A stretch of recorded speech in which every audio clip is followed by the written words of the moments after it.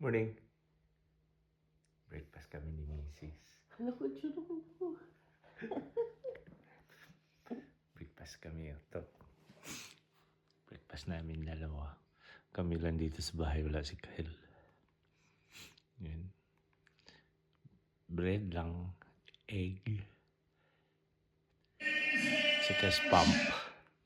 Tapos, habang nanonood ng TV. Yun. Hirap. Nagyaya si Mrs. kumain sa labas pang alas 7 ako, hindi ko kaya. Kaya nagluto na lang kami. Yun, breakfast namin dalawa. Ayan siya, ayaw magpakita ng mukha kasi hindi pa daw siya naglinis.